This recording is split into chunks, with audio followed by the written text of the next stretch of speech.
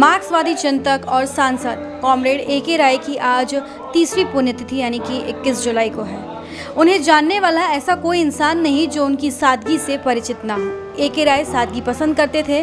वो जिस ऑफिस में रहते थे उस ऑफिस में भी उसी सादगी के साथ रहते थे। लकड़ी की कुर्सी, बिना पंखे के और जो नेचुरल लाइट्स रहती थी उसका उपयोग करते थे। अभी हम मौजूद हैं उनके ऑफिस में। आज हम आपको दिखाएंगे कि वो किस प्रकार से अपने ऑफिस में रहते थे और साथ ही साथ यहाँ जो लोग मौजूद हैं उन लोगों से बातचीत कर उनके बारे में जानकारी हासिल करना चाहेंगे कि किस प्रकार से वो इस ऑफिस में उन्होंने लगभग अपने जीवन के 50 साल दिए हैं। आपको हम दिखाना चाहेंगे। आप देखिए कि किस प्रकार से वो लकड़ी की कुर्सी जो यहाँ पर रखी हुई है इसी कुर्सी का वो इस्तेमाल करते थे और लगभग अपने जीवन के 50 साल उन्होंने इसी ऑफिस में बिताए हैं और उनके विचारों को आज भी लोग याद करते हैं। आज इनकी पुण्यतिथि पर यहाँ पर कुछ लोग हमारे साथ मौजूद हैं और साथ ही साथ इस पूरे ऑफिस की देखभाल करने वाले हमारे साथ यहाँ पर रामलाल चाचा मौजूद हैं। तो हम इन सभी से बातचीत कर जानना चाहेंगे कि किस प्रकार से हमारे ए.के. राय साहब इस ऑफिस में रहते थे। हमारे साथ इस पूरे ऑफिस की देखभाल करने वाले रामलाल चाचा, हम सीधा इनसे बातचीत करते हैं और जानते हैं कि कब से यहाँ पर ये काम कर रहे हैं और जब ए.के. राय साहब यहाँ पर थे उस समय क्या स्थिति थी और आज उनके नहीं रहने पर यहाँ क्या स्थिति है। आप यहाँ कितने वर्षों से काम? 72 दिसंबर से काम कर रहे हैं। राय साहब पहले जो संघर्ष में हम लोग सब लोग रहते थे, आज वो स्थिति थोड़ा चेंज हुआ है। पहले कोलियरी प्राइवेट मालिकों का था और कांग्रेसी राज था। हर जगह गुंडई होता था, मजदूरों से पैसा छीना जाता था, उनका जो पेमेंट है वो ठीक से नहीं दिया जाता था और सूदखोरी चरम सीमा पर था। यहाँ के लोग वोट भी देने नहीं जानते थे।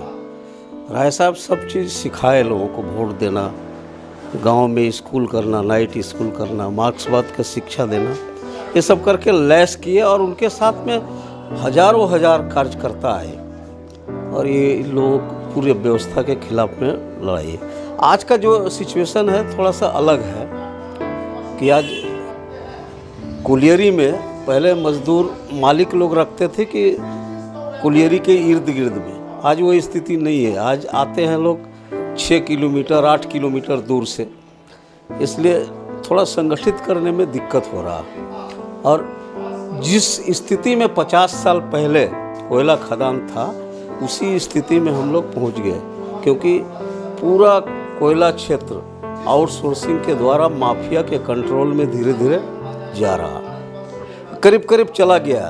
आउटसोर्सिंग में जो मजदूर काम कर रहे हैं उनको कोई वेज तो नहीं है, नाम का वेज है लेकिन मिलता नहीं। 50 साल पहले जो होता था प्राइवेट मालिक लोग, आज भी वही सिचुएशन है। फिर से ए.के. राय का आह्वान और ए.के. राय जैसे लोगों का ज़रूरत है, तो हम लोग उम्मीद करते हैं। हम इस ऑफिस के बारे में भी थोड़ा सा जानकारी लेना चाहेंगे कि इस ऑफिस की क्या खासियत है। बाकी आज के जो नेता हैं उनके ऑफिस की बात करें और ए.के. राय साहब के ऑफिस की बात करें, इसमें क्या डिफरेंस है? बाकी तो व्हाइट हाउस में लोग रहते थे, जो बाकी नेता उस समय मोस्टली कांग्रेस के नेता लोग रहते थे। उनका बंगला, रहने सहने का जो व्हाइट हाउस में, जैसे अमेरिका का ये है व्हाइट हाउस जैसा रहता था। राय साहब इसी में माने हम लोग खुश थे इसमें। अभी तो आपको इसमें बिजली भी है, उस समय बिजली भी नहीं था। ऊपर में एस्बेस्टर अभी है, वो खपड़ा था, तो बहुत अंतर, आसमान और ज़मीन का अंतर है। रोशनी के लिए भी शायद ऊपर में कुछ अलग से था। हाँ, वो रोशनी के लिए ये फाइबर लगा हुआ था सादा आने के लिए, खपड़ा था ना, तो उसमें भी हम लोग लगाए, इसमें भी लगाने का कोशिश किया लेकिन हुआ नहीं। राय साहब लीडर बनने के लिए नहीं आए थे। हुआ है ये कि सिंदरी कारखाना जो है वो सरकार का कारखाना था पहला, जिसमें पेमेंट वगैरह का बहुत गड़बड़ी था। कैजुअल मजदूर थे, पेमेंट ठीक से नहीं देता था, ठेकेदारी प्रथा था। ए.के. राय इंजीनियर बन के आ गए थे और वो गांव-गांव में नाइट स्कूल चलाते थे। उनका एक टीम बन चुका था, जो लोग पढ़े लिखे थे, काम करते थे, वो दिन में काम करते थे और जाके गांव में शिक्षा बलियापुर वगैरह में देते थे। और वो रहते भी थे वहाँ हाटमेंट बोल के क्वार्टर, जहाँ स्वीपर लोग रहता था, मजदूर लोग रहते थे, वहीं रहते थे। वो मार्क्सवादी क्लास करते थे, लेकिन उनका लीडर बनने का कभी इरादा नहीं था। हुआ ऐसा कि वहाँ लीडर थे सत्यनारायण सिंह, वो यूनियन वही देखते थे और वो आते थे पटना वगैरह से। उन दिनों यहाँ पर बहुत सुविधा नहीं था पटना से आने का, बस से आना था। और यहाँ सोमवार को हड़ताल होगा, तारीख हमको याद नहीं है, और रविवार को उनको आम सभा, सिंदरी में जब भी आम सभा होता है शाम को होता है। तो सत्यनारायण सिंह का लोग इंतज़ार कर रहा, आए नहीं आ पाए। क्या होगा, हड़ताल है सुबह में। तो लोग एक राय को जानता था कि मार्क्सवादी है, सब कुछ है। उनके पास गया कि सत्यनारायण सिंह अभी तक नहीं आए, बज रहा 5-6 बज रहा। बोला इंतज़ार करो, आएगा।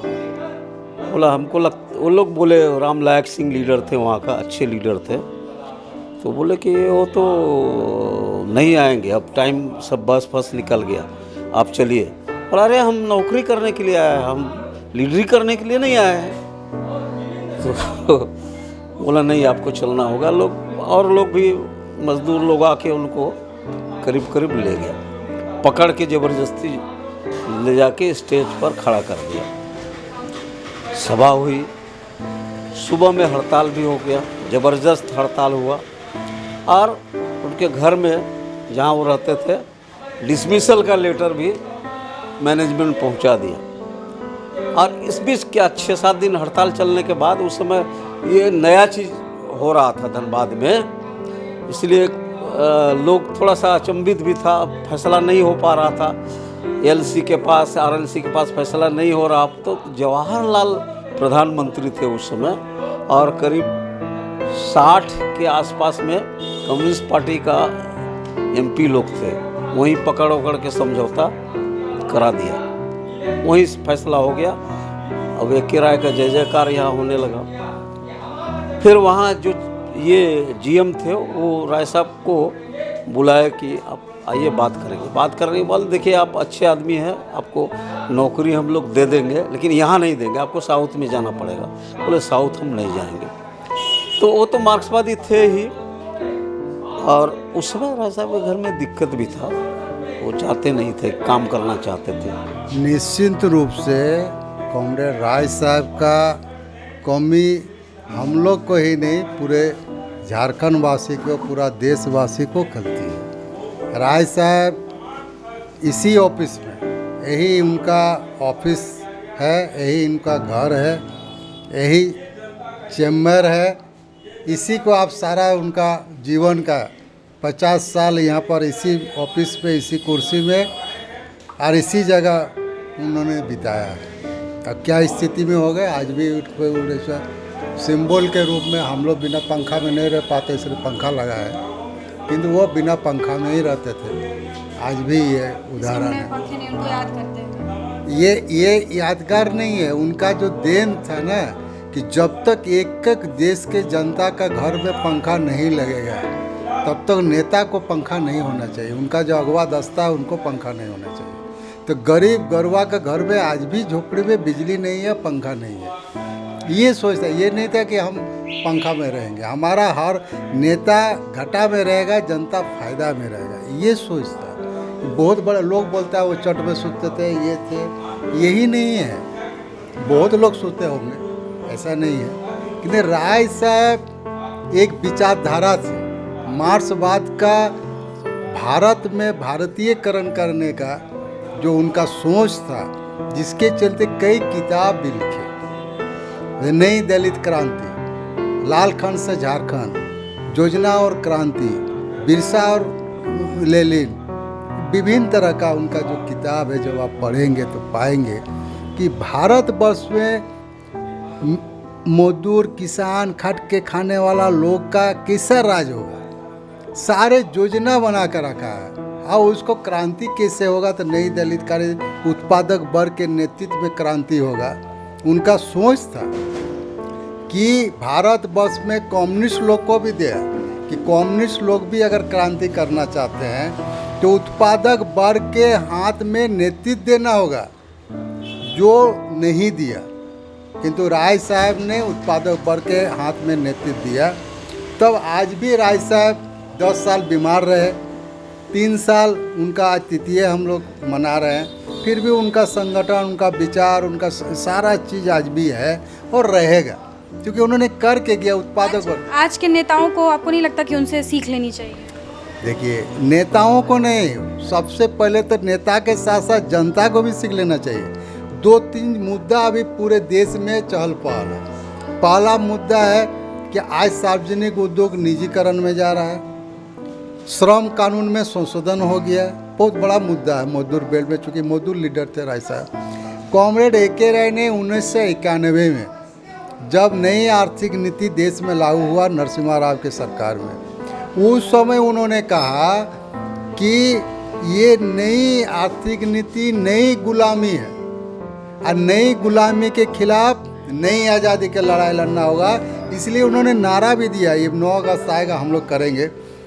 9 अगस्त में क्रांति दिवस में उन्होंने नारा दिया उस समय कि गांधी जी ने नारा दिया था अंग्रेज भारत छोड़ो, राय साहब ने नारा दिया बहुराष्ट्रीय कंपनी भारत छोड़ो, और निवेशीकरण का विरोध किया, विदेशीकरण का विरोध किया, नई आर्थिक नीति उदारवादी का जिसका नतीजा आज हम 2022 में जब खड़े हैं और उनका तृतीय मना रहे हैं श्रद्धांजलि सभा, उस समय आज देश का तमाम सार्वजनिक उद्योग एक एक करके रेल, सेल, भेल, कोल इंडिया, LIC सारे को बेचने का ही चला गया, एक एक करके बेच रहा है, निजी मालिक को हाथ में दे रहा है। यहाँ तक कि सुरक्षा, जो देश का सुरक्षा व्यवस्था है, उसका जो गोला बारूद बनता है उस कारखाना को भी निजी मालिक को दे दिया।